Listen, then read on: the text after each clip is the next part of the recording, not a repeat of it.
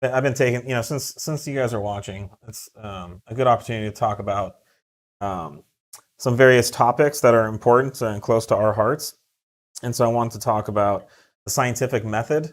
Science is kind of like a real popular, common topic right now. Nick's like praying to the happy. Um, and so, science, I mean, I don't know if you heard of like, Galileo and guys like that getting their heads chopped off because they said the Earth was the center of the universe. Science can be a very controversial, dangerous topic.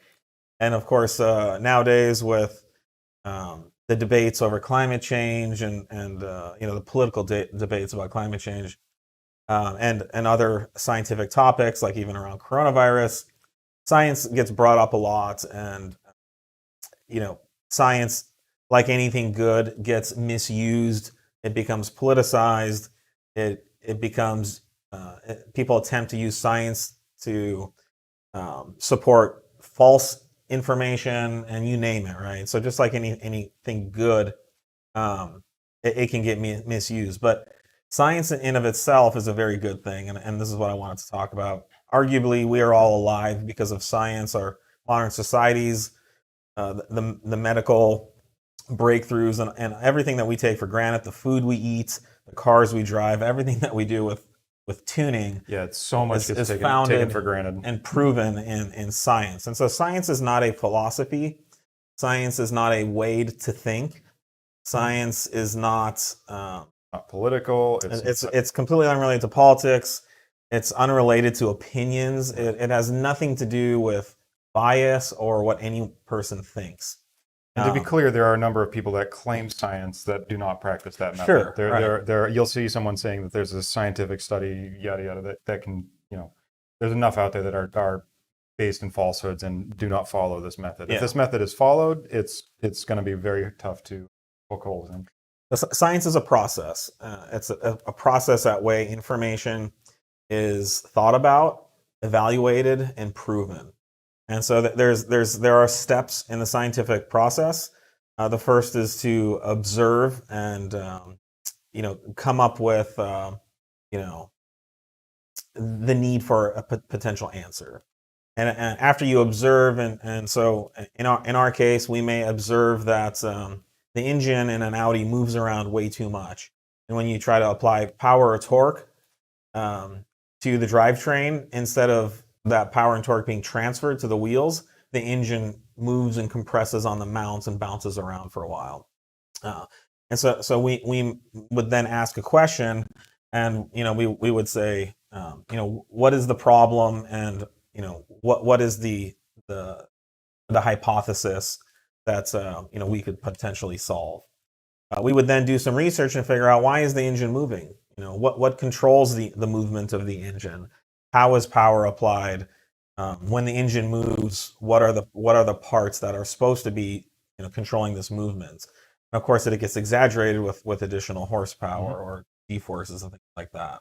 So then we create a hypothesis and we say, well, if we take these certain mounts and we change them, can we better control or reduce the amount of engine movement? We are just hypothesizing at this point. So you could kind of call that like a conspiracy theory. I think a legit hypothesis is a reasonable question with a very likely chance of being correct.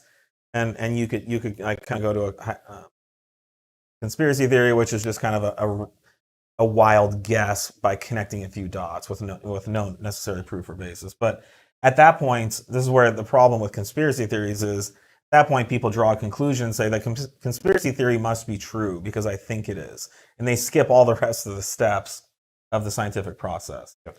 So once you've hypothesized, you can experiment. So what we would do typically is re-engineer the motor mounts. We would change the materials, we would change the construction, and then we would measure the difference or change in engine movement based on implementing that product. The key part of experimenting is having a control. And so this is where, when we're dealing with customers every day, they will contact us and say, your product failed, it's your fault, it's the product's fault. And that's sort of like, and that could be true in many cases, but in a lot of cases, this is an experiment that the customer has done without a control, where they're not normalizing the different variables. And so when you have a control, you're creating a situation where none of the variables have been changed, and it's the normal scenario. And then when you experiment, you isolate. So we would measure the stock engine with no changes to the mounts.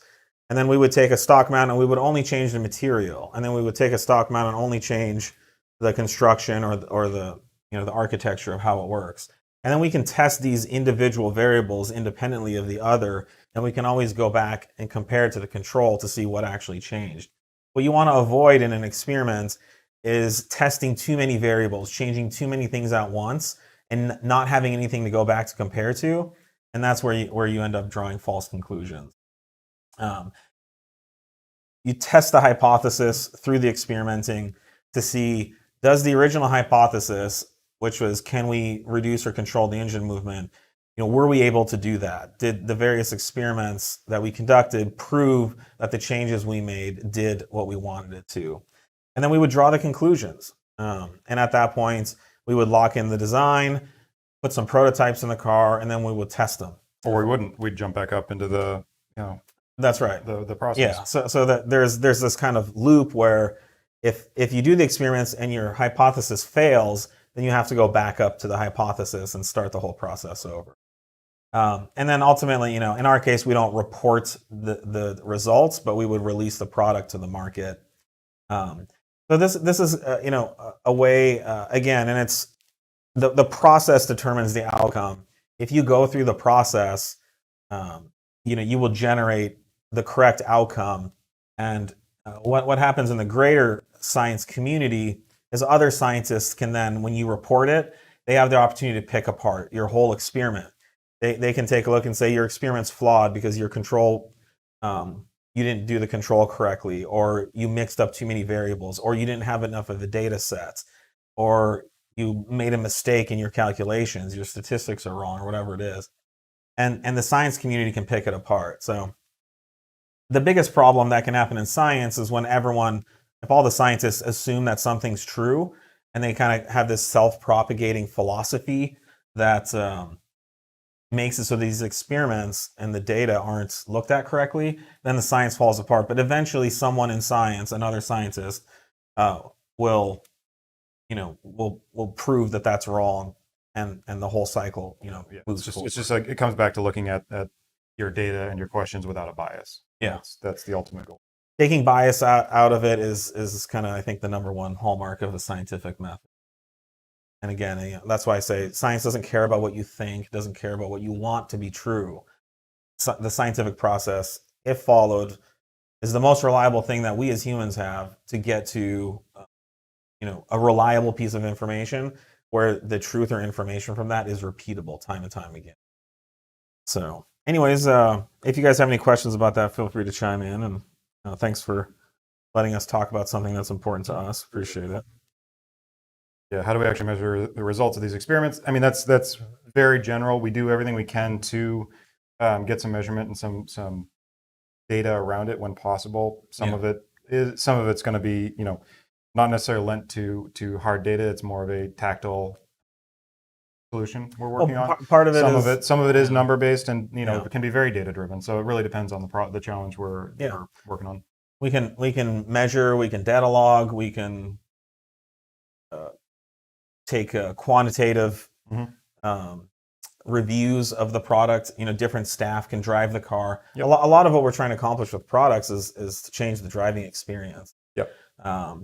But with our intakes, we will measure pressure drop. We will measure the ultimate flow of the unit. Yep. We'll measure dyno horsepower changes. Of course, on the tuning side, there's a tremendous amount of scientific method, testing different strategies. Variable isolation is huge. Yeah, isolating variables is so important.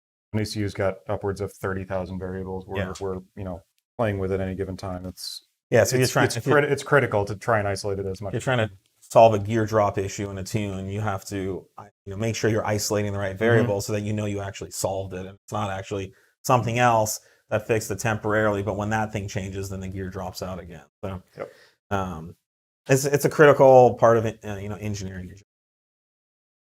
All right. Well, thanks for listening.